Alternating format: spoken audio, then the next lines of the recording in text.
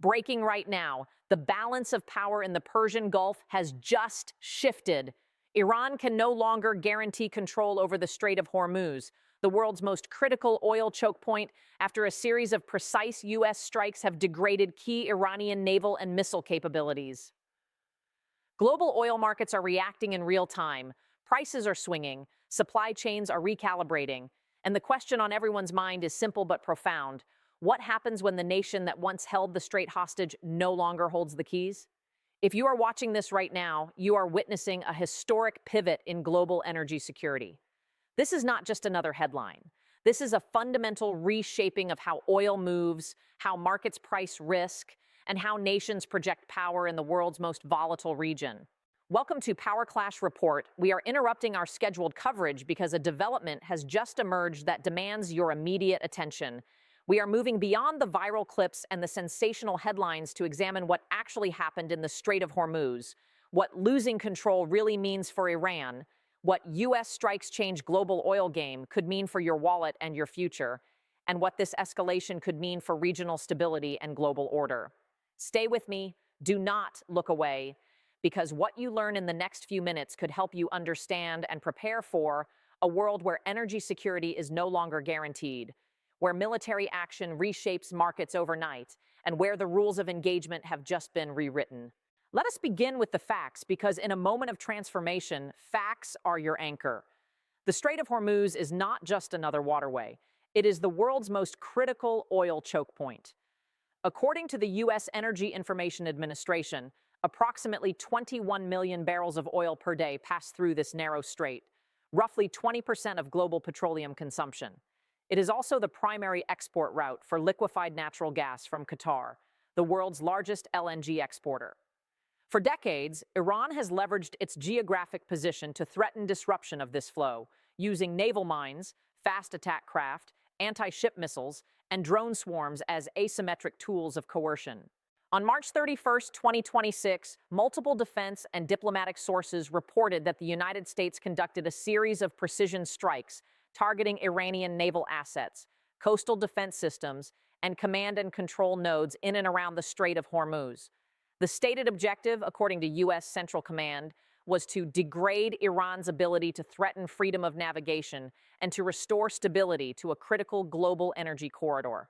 Initial assessments suggest that key Iranian capabilities, including mine-laying vessels, radar installations, and missile batteries, have been significantly degraded. Iranian state media has acknowledged limited military activity in the region, but has downplayed the strategic impact, stating that the Islamic Republic retains full sovereignty over its territorial waters and the capacity to defend its interests. However, independent analysis from maritime security firms and open-source intelligence platforms indicates a measurable reduction in Iran's ability to rapidly deploy disruptive capabilities in the strait. This distinction is critical. In the fog of conflict, perception can shape reality. Acting on unverified claims can trigger market volatility, diplomatic miscalculation, or unintended escalation. Now let us examine the strategic dimension, because this is where the stakes become real. What does it mean for Iran to lose control of Hormuz? It does not mean Iran has surrendered sovereignty over its territorial waters. It does not mean Iran can no longer pose any threat to shipping. What it does mean is that Iran's ability to rapidly, decisively, and sustainably disrupt traffic through the strait has been degraded. This shifts the strategic calculus in several ways. First, it reduces Iran's leverage in negotiations. The threat to close Hormuz has long been Tehran's ultimate bargaining chip, a way to extract concessions, deter adversaries, and signal resolve. If that threat is perceived as less credible, Iran's diplomatic position weakens. Second, it alters regional power dynamics. Gulf Arab states, which depend on the free flow of oil through Hormuz, may feel more secure, potentially emboldening them to take firmer positions against Iranian influence. Third, it changes the U.S. military posture. With reduced Iranian threat capacity, the United States may recalibrate its force presence, potentially reducing the number of assets dedicated to strait security and reallocating resources to other priorities. But strategy is not just about capability, it is about perception. Even if Iran's practical ability to disrupt Hormuz is degraded, the perception of threat may persist. Markets price in risk, not just reality. If traders believe Iran could still attempt disruption, even with reduced odds, prices may remain elevated. This is the psychology of energy security. Fear can be as powerful as fact. Now, let us address the claim that U.S. strikes change global oil game. This is not hyperbole. The global oil market is a complex, interconnected system where supply, demand, geopolitics, and speculation intersect. A significant shift in the security of a critical choke point like Hormuz ripples through this system in multiple ways. First, supply risk premiums may decline. For years, oil prices have included a Hormuz risk premium, an extra cost baked into futures contracts to account for the possibility of disruption. If that risk is perceived as lower, prices could stabilize or even decline, benefiting consumers and import-dependent nations. Second, investment patterns may shift. Energy companies may feel more confident investing in Gulf production and infrastructure if the security environment improves. Third, alternative routes and suppliers may become less urgent. Projects like the India-Middle East-Europe Economic Corridor or expanded LNG terminals in East Africa were partly motivated by Hormuz vulnerability. If that vulnerability decreases, the urgency of diversification may wane. But let us also consider the counter-argument. Some analysts warn that degrading Iran's capabilities could provoke asymmetric retaliation. If Iran can no longer threaten Hormuz directly, it may shift to other methods: cyber attacks on energy infrastructure, proxy strikes on regional facilities, or targeted harassment of commercial shipping below the threshold of full blockade. This is the paradox of military action. Solving one problem can create another. Let us talk about the economic stakes, because this is where the impact becomes personal, immediately. Oil prices affect everything. When Brent crude moves by $10 per barrel, the average U.S. household sees gasoline prices shift by roughly 25–30 cents per gallon. For businesses, fuel costs affect transportation, manufacturing, and logistics, expenses that are often passed on to consumers. For developing nations that rely on affordable energy imports, price volatility can mean the difference between growth and recession, stability and unrest. If U.S. strikes have indeed reduced the risk of Hormuz disruption, we could see a period of price stabilization. Analysts project that a sustained reduction in geopolitical risk premiums could lower global oil prices by $5 to $15 per barrel over the medium term. For consumers, this means relief at the pump. For investors, it means reduced volatility in energy markets. For policymakers, it means more fiscal space to address other priorities. This is how military action in a narrow strait can affect your wallet, your job, and your community thousands of miles away. Let us examine the human dimension, because this is where the impact becomes personal in the most direct way. Behind every strategic analysis are real people. Sailors on commercial vessels transiting the strait, workers on oil platforms in the Gulf, families in nations dependent on energy imports. For all of them, improved security in Hormuz means reduced anxiety, greater predictability, and enhanced safety. At Power Clash Report, we commit to covering the strategy without losing sight of the stakes. We will verify before we amplify, and we will humanize before we politicize. There is also the information warfare dimension.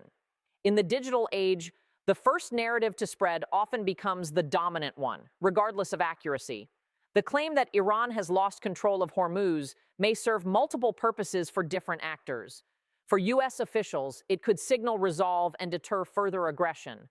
For Iranian hardliners, it could justify escalation and rally domestic support.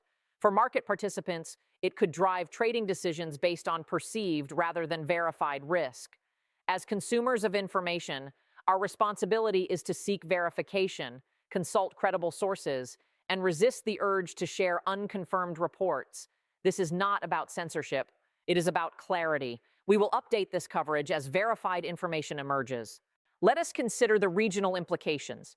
The Persian Gulf is a complex web of energy interdependence, security partnerships, and geopolitical rivalries. A shift in the balance of power around Hormuz could activate multiple fault lines. Gulf Arab states may accelerate investments in energy infrastructure, feeling more secure.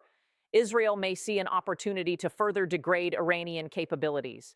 Turkey, Iraq, and other neighbors may seek to avoid being drawn into escalation. The region is a tinderbox. A single spark can ignite a wildfire. What about the global response? Major powers like China and Russia have significant stakes in Gulf energy security. Beijing, as the world's largest oil importer, benefits from stable flows through Hormuz. Moscow, which has its own energy interests and geopolitical rivalry with the West, may seek to exploit any perceived U.S. overreach to weaken Western unity. European allies, who depend on stable energy markets, may welcome reduced risk but urge caution to avoid provoking asymmetric retaliation. The international community would likely call for continued diplomacy, but without consensus on next steps, coordinated action may be difficult. Now let us address the suspense of what comes next. The strikes have happened, the capabilities have been degraded, the market is reacting, but the story is not over. The critical question now is, how will Iran respond? Will it accept a reduced role in Hormuz security and focus on internal priorities? Will it shift to asymmetric tactics that are harder to detect and deter? Or will it attempt to rebuild its capabilities in secret, setting the stage for a future confrontation? Each path carries different implications. Acceptance could lead to a period of stabilized relations and economic recovery. Asymmetric retaliation could trigger a new cycle of covert conflict. Rebuilding could set the stage for a future crisis when capabilities are restored. The choice Iran makes and the choice the United States makes in response will shape the next chapter of this story. Let us examine the military dimension, because this is where capability meets consequence. The U.S. strikes reportedly targeted specific high-value nodes in Iran's Hormuz disruption network. Mine-laying vessels that could seed the strait with explosives, coastal radar sites that provide early warning and targeting data, command and control facilities that coordinate naval operations, and missile batteries capable of striking commercial shipping. Degrading these capabilities requires precise intelligence, advanced munitions, and coordinated execution. The fact that these strikes appear to have achieved their objectives suggests a significant evolution in U.S. operational planning and intelligence fusion. But military action is never without risk. Even precise strikes can cause unintended consequences: civilian casualties, environmental damage, or escalation triggers. Moreover, degrading capabilities is not the same as eliminating them. Iran may retain a latent capacity to rebuild or adapt. The challenge for U.S. planners is to achieve strategic objectives without creating new vulnerabilities or provoking uncontrolled escalation. So, what happens next? There are several possible scenarios, each with profound implications. In the most contained, Iran accepts the new reality, focuses on internal priorities, and the region enters a period of stabilized energy security. In a more escalatory scenario, Iran responds with asymmetric attacks, cyber operations, proxy strikes, or targeted harassment, triggering a new cycle of action and reaction. In a diplomatic scenario, third-party mediators leverage the shift in leverage to broker renewed dialogue on regional security and economic cooperation. The outcome depends on intelligence assessments, political calculations, and the fragile mechanisms of crisis communication. What can you do as an informed citizen? First, stay informed through credible sources. Follow official statements from governments, international organizations, and reputable news agencies. Be skeptical of viral claims that lack verification. Second, understand the broader context. This is not an isolated event. It is part of a complex, multi-layered conflict with deep historical roots and global ramifications. Third, engage constructively. Share verified information. Support policies that prioritize diplomacy, civilian protection, and energy security. At Power Clash Report, we believe that knowledge is power. Understanding geopolitical events helps us make better decisions, protect our families, and contribute to a more stable world. Before we conclude, let us recap the key points with absolute clarity. The United States has conducted precision strikes degrading Iranian capabilities in and around the Strait of Hormuz. This has reduced Iran's ability to rapidly disrupt traffic through the world's most critical oil choke point. Global oil markets are reacting with potential implications for prices, investment, and energy security. The claim that Iran has lost control reflects a shift in perceived leverage, not a surrender of sovereignty.